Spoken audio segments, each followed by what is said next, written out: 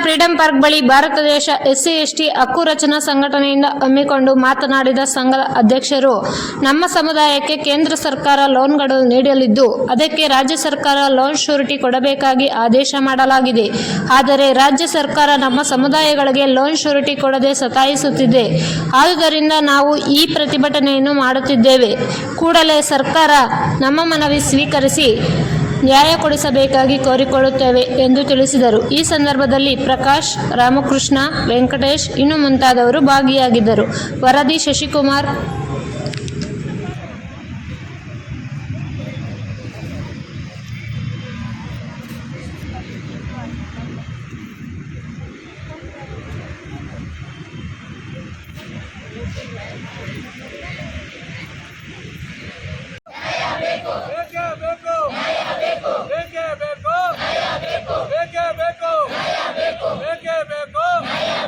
ಎಲ್ಲಿಯವರೆಗೆ ಹೋರಾಟ?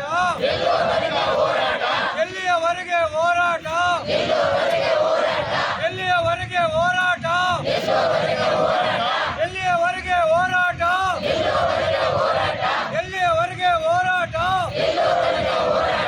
ಬೇಕೇ ಬೇಕು, ಬೇಕೇ ಬೇಕು. ಎಸ್ಸಿ ಎಸ್ಟಿ ಹಕ್ಕು ರಕ್ಷಣೆ ಸಂಘಟನೆಯ ಅಧ್ಯಕ್ಷರಾಗಿದ್ದೀವಿ. ಇಲ್ಲಿ ನಾವು ವಿವಿಧ ಜಿಲ್ಲೆಗಳಿಂದ ಬಂದಿದ್ದೀವಿ. ಎಸ್ಸಿಗಳು ಇಲ್ಲಿ ನಮ್ಮ ಬೇಡಿಕೆಗಳೇನೆಂದರೆ, ಅಂಬೇಡ್ಕರ್ ನಿಗಮದಿಂದ ನಮಗೆ ಲೋನ್ ಬೇಕು. ಆ ಲೋನ್ ಎಂಥದ್ದು ಬೇಕಂತಂದರೆ ಸರ್ಕಾರ ಖಾತ್ರಿ ಕೊಡಬೇಕು. ಸರ್ಕಾರ ಖಾತ್ರಿ ಕೊಡೋದಕ್ಕೆ ರೆಡಿ ಇದೆ. ನಿಗಮದವರು ಅದನ್ನು ಕರೆಕ್ಟಾಗಿ ಪುಟಪ್ ಮಾಡ್ತಾಯಿಲ್ಲ. ಅದು ಕರೆಕ್ಟಾಗಿ ಪ್ರಾಪರಾಗಿ ಅವ್ರು ಪುಟಪ್ ಮಾಡಿದ್ರೆ ಅವರು ನಮಗೆ ಖಾತ್ರಿ ಕೊಡೋದಕ್ಕೆ ಅವರು ಸಿದ್ಧ ಇದ್ದಾರೆ. ಇಲ್ಲಿ ಅಧ್ಯಕ್ಷರಿಗೆ ನಾವು ಮನವಿ ಕೊಡೋದಕ್ಕೆ ಬಂದಿದ್ವಿ. ಅಧ್ಯಕ್ಷರು ಇದನ್ನು ವಹಿಸ್ಕೊಂಡು ನಮಗೆ ಇದನ್ನು ಲೋನ್ ಮಾಡಿಕೊಡ್ಬೇಕಂತೇಳ್ಬಿಟ್ಟು ಮತ್ತು ಸರ್ಕಾರದಿಂದ ಶ್ಯೂರಿಟಿ ಕೊಡಬೇಕು, ಖಾತ್ರಿ ಕೊಡಬೇಕು ಅಂತೇಳ್ಬಿಟ್ಟು ನಾವು ಇವತ್ತಿಲ್ಲಿ ಫ್ರೀಡಂ ಪಾರ್ಕಲ್ಲಿ ಪ್ರತಿಭಟನೆ ಹಮ್ಮಿಕೊಂಡಿದ್ವಿ. ಜೀವನ ಉಪಯೋಗಕ್ಕಾಗಿ ವ್ಯಾಪಾರ ಸೌಲಭ್ಯಗಳು ಮಾಡ್ಕೊಳ್ಳೋದಕ್ಕೆ, ವ್ಯಾಪಾರ ಮಾಡೋದಕ್ಕೆ ಮತ್ತು ನಾವು ಸ್ಟಡಿ ಮಾಡೋ ವಿಚಾರದಲ್ಲಾಗಲಿ ಎಲ್ಲ ವಿಚಾರಕ್ಕೆ ನಾವು ಬಂದಿದ್ದೀವಿ. ವಿವಿಧ ರೀತಿಯಲ್ಲಿ ನಾವು ವ್ಯಾಪಾರಗಳು ಮಾಡ್ತೀವಿ.